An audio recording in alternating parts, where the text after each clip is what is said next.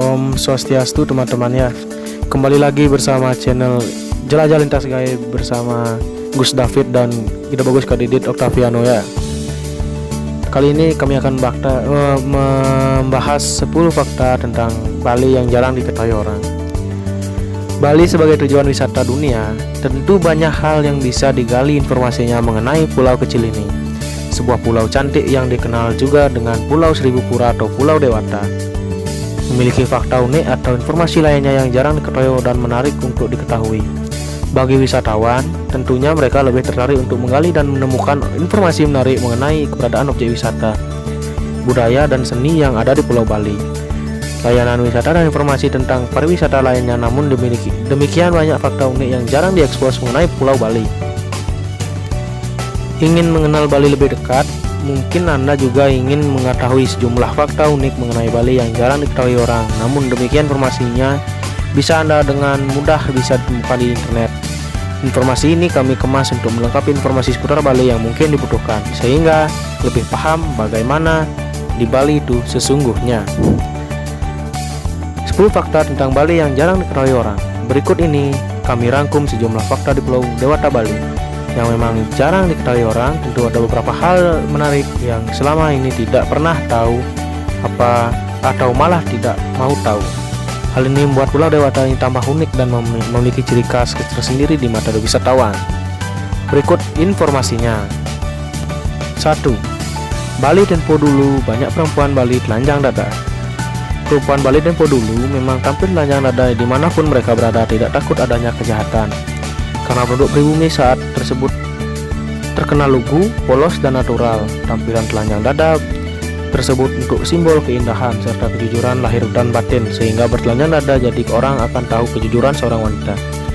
Sehingga buah terlarang mereka diketahui memang tidak pernah tersentuh. Walaupun dilihat oleh banyak orang, perempuan Bali menjaga keutuhannya agar tidak disentuh oleh kaum pria. Seperti buah yang masih segar, sehingga pemilik buah tersebut masih bisa dipercaya dan menjadi wanita terhormat.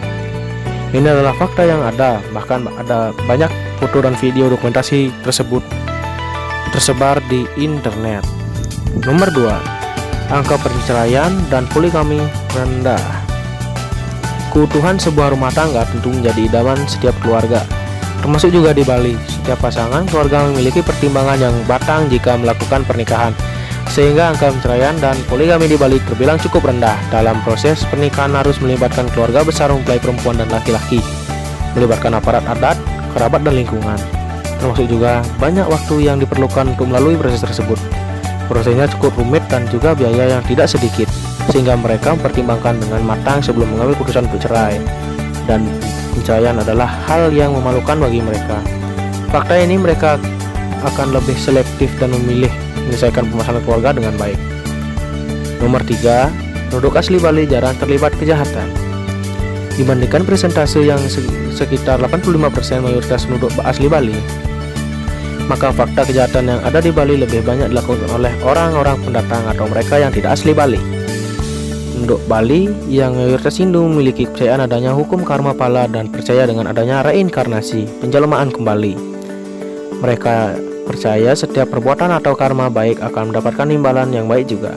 Begitu juga sebaliknya, perbuatan buruk akan mendapatkan akibat yang buruk, dan hasil perbuatan tersebut bisa dinikmati pada saat hidup sekarang ini ataupun dalam kehidupan mereka mendatang saat reinkarnasi, sehingga tidak semua manusia tersebut kehidupannya baik. Itu sesungguhnya karena karma mereka. Nomor 4. Sabung ayam di Bali mudah ditemukan. Judi tentunya dilarang di Indonesia, termasuk juga di Bali. Namun demikian, sabung ayam di Bali, terutama di wilayah Denpasar dan sejumlah tempat di wilayah pedesaan, bisa dengan mudah ditemukan. Para pejudi bobotoh menyadari akan keberadaan judi tersebut dilarang dan ilegal, tetapi tetap mereka bertaruh keberuntungan dengan nasib dan rela menjadi tahanan jika tertangkap. Praktek sabung ayam atau dikenal tajian ini sudah berlangsung sangat lama, dan sampai sekarang ini cukup mudah untuk ditemukan, terutama bagi mereka kalangan pejudi sabung ayam bobotoh. Fakta judi tajian. Sabung ayam memang sangat susah untuk diberantas di Bali. Mungkin disebabkan karena adanya proses tabuh rah atau adu ayam sampai meneteskan darah pada saat-saat tertentu upacara agama. Wanita Bali paling setia dengan pasangan hidupnya. Ini nomor 5 ya. Bagi wanita Bali, mereka akan sangat mempertimbangkan dalam memilih pasangan hidupnya, karena Bali menganut sistem patrilineal. Setelah seorang wanita memilih pasangan hidupnya, maka secara otomatis semua hak dari wanita tersebut di keluarganya akan dilepas, termasuk juga ikatan dengan leluhurnya. Ini melalui proses upacara agama atau ritual yang menyatakan bahwa perempuan tersebut melepas ikatannya dengan leluhur. Jika dipahami ini, tentu hal yang sangat menyedihkan tidak hanya dilepas oleh keluarga, tapi juga ikatannya dengan leluhurnya dan bergabung dengan keluarga mempelai lelaki menjadi anggota baru. Apalagi sampai pindah agama, tentu adalah hal yang rumit. Untuk itulah wanita sangat ingin mempertahankan keutuhan keluarganya. Nomor 6. Bali punya banyak hari libur. Dalam kalender Bali, fakta memang terlihat banyak libur karena sejumlah hari raya besar keagamaan. Tentu setiap orang ingin libur dari tempat kerjanya. Sejumlah hari raya besar agama di Bali di antaranya Hari Raya Galungan, Kuningan, Nyepi, Pagar Wesi, Saraswati, serta sejumlah upacara besar seperti Piodalan, Puja Wali pada sebuah pura yang mengharuskan untuk libur. Namun demikian, banyak libur di Bali tidak akan mengganggu kegiatan operasional sebuah perusahaan yang sudah memiliki aturan sendiri.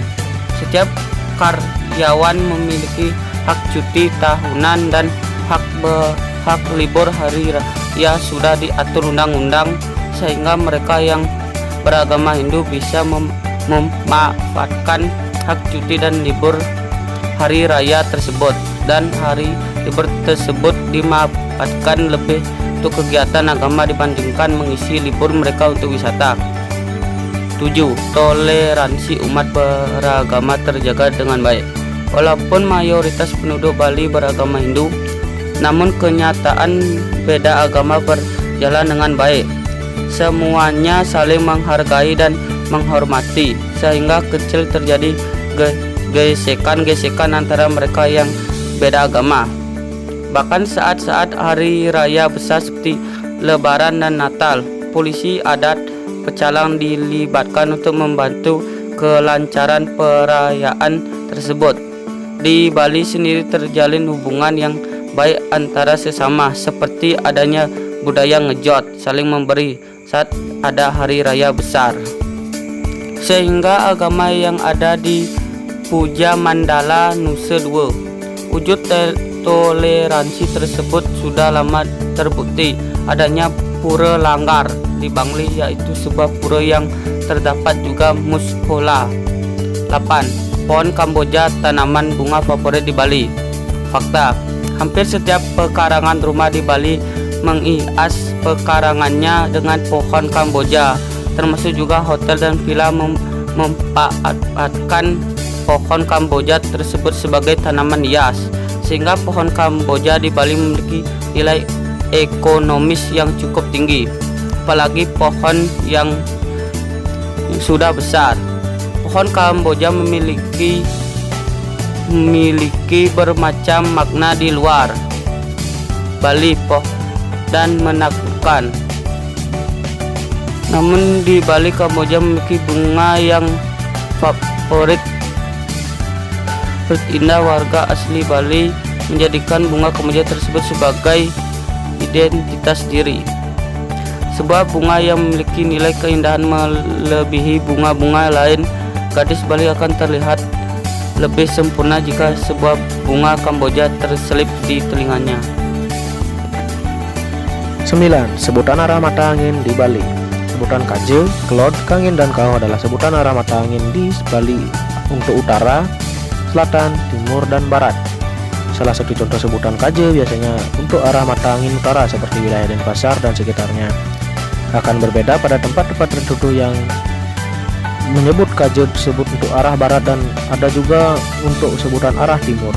Dalam filosofi di Bali, ada mengenal istilah luanan atau hulu yang dipakai dasar menentukan arah mata angin. Ada beberapa dasar menentukan arah hulu, misalnya letak Gunung Agung, letak laut, dan tempat matahari terbit. Dengan patokan tersebut tentunya masing-masing tempat memiliki hulu untuk penyebutan arah mata angin di Bali. Untuk Kaje, Kelod, Tengin dan Kauh akan berbeda. Nomor 10. Istilah sebutan kasta di Bali. Seperti yang dikutip dalam Weda, bahwa tidak ada istilah kasta dalam agama Hindu. Yang dikenal adalah warna, adalah catur warna. Digolongkan setiap orang sesuai fungsi serta keahliannya yang terbagi menjadi 4 golongan. Di antaranya yang berfungsi Brahmana yang berfungsi sebagai pemimpin dan prajurit. Waisya adalah golongan yang berfungsi dan memiliki keahlian dalam perindustrian dan ekonomi. Kemudian yang paling banyak adalah golongan Sudra yang berfungsi sebagai pekerja dan menitik beratnya pengabdian. Dan kasta Ksatria adalah seorang raja atau prajurit ya. Namun pada zaman Belanda dengan tujuan memecah belah, kasta tersebut diambil dari catur warna yang diwariskan turun-temurun sampai sekarang. Walaupun terkadang terjadi pro dan kontra, keberadaan kasta masih dihargai oleh mayoritas orang Bali. Demikian beberapa fakta-fakta yang ada di Bali dan jarang diketahui orang. Informasi ini kami kemas agar bisa mengetahui sedikit informasi lebih dalam tentang Pulau Bali. Sekian dan terima kasih.